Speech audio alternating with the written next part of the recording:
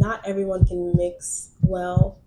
Not everyone can mix vocals well.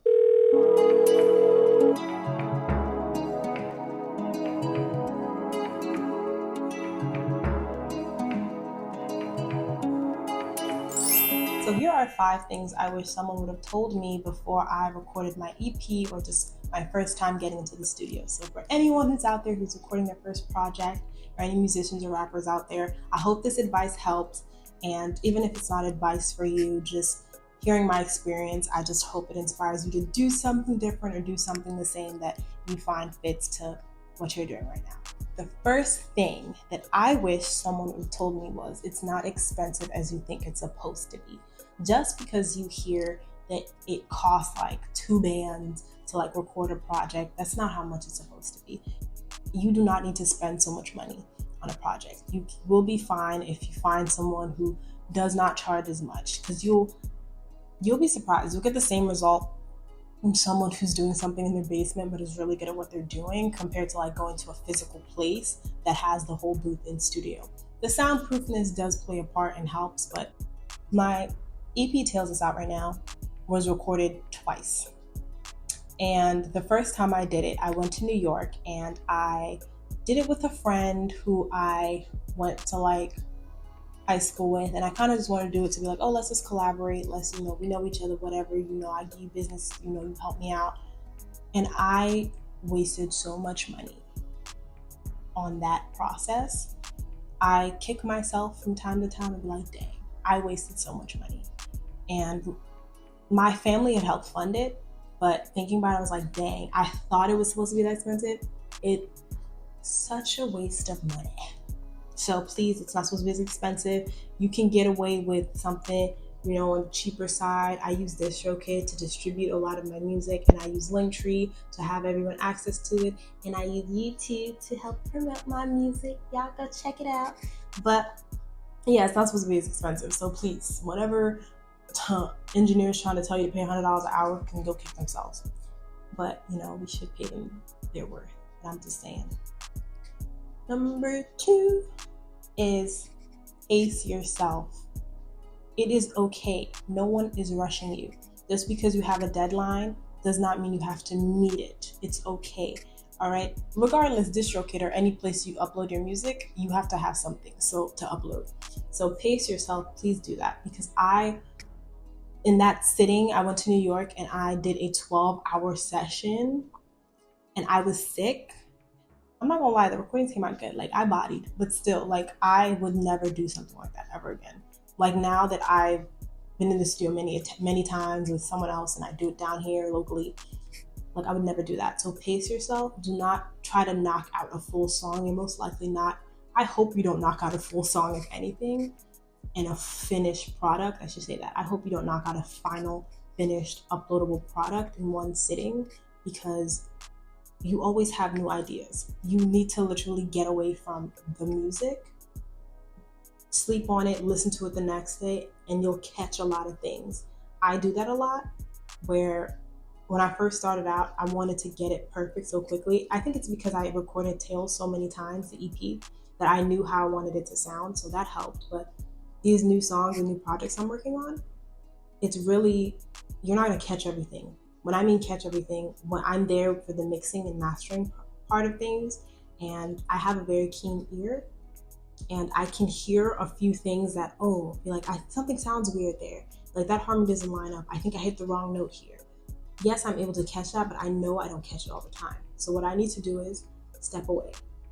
So I'll record a first draft of the song and perfect the first draft, and then maybe I'll add the harmonies I want and knock everything out in one session, and then listen to the song again. And whenever I listen to it in the car, or even like the day after, I always catch things that I'm like, oh, like I couldn't have, there's no way. Like, I catch like a hiccup, a breath. And I think to some extent the engineer's supposed to catch that stuff too, and they do.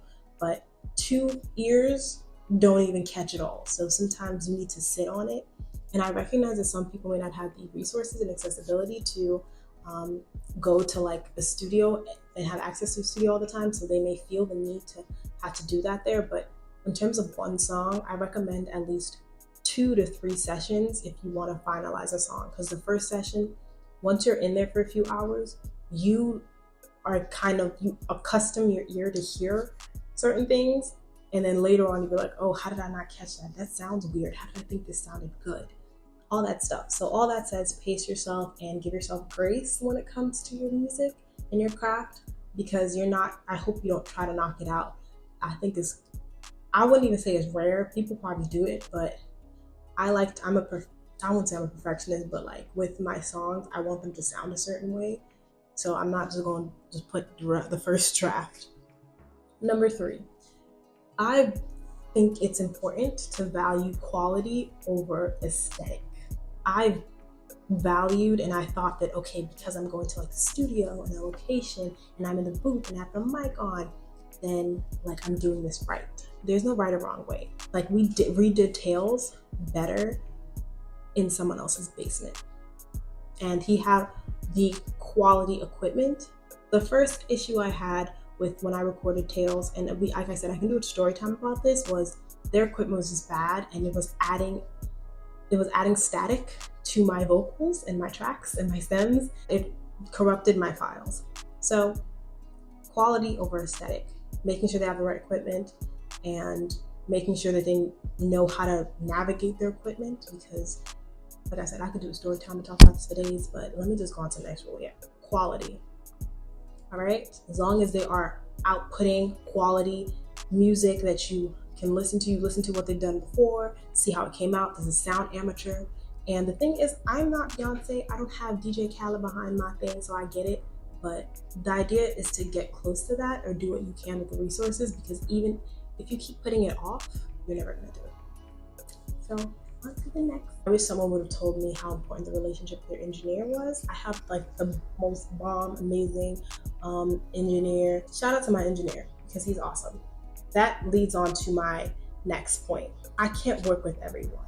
I haven't worked with everyone, but I just know that how important it is to establish a relationship with the engineer. And I wish someone would have told me how important they would be in the process, because mixing and mastering is not easy. It'd be great if they can do both and they have the equipment to master, but not everyone can mix well. Not everyone can mix vocals well. Go to an engineer that has experience or is good at mixing vocals or mixing rap tracks or mixing rock, whatever your genre of music is. Make sure you go to an engineer that can actually mix your track and is not just trying it out to play it out and just trying it out to fool around. Because a lot of the engineers we think of, I didn't notice that like it was such a big difference for many engineers mixing vocals and mixing like a rapper or like a rap. It's very different. I think it's a different ball game, and that's why it's sharpened my ears, because a lot of the things my engineer misses, I'm able to catch, because I'm like, oh no, vocally that's not how that's supposed to sound.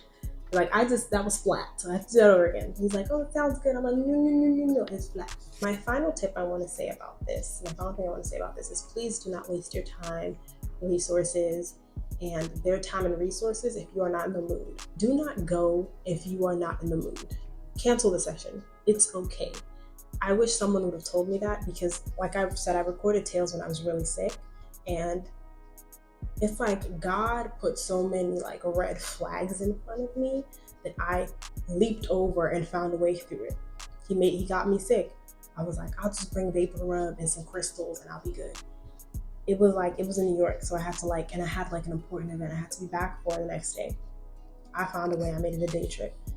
It was so much that was already going wrong, and now I look back in retrospect, I wish that I would have just not gone, because I was sick, and I most likely something would have happened to where it would have opened my eyes to just record locally. But if you are not in the mood, sad, upset, sick, do not go and record and waste your time, especially if you're not in the mood. I think we all force it a lot, and even if we have the song written and it's fully done and you know what you want to do, like if you're not at 100% or at least close to like 85, I just don't recommend wasting your time.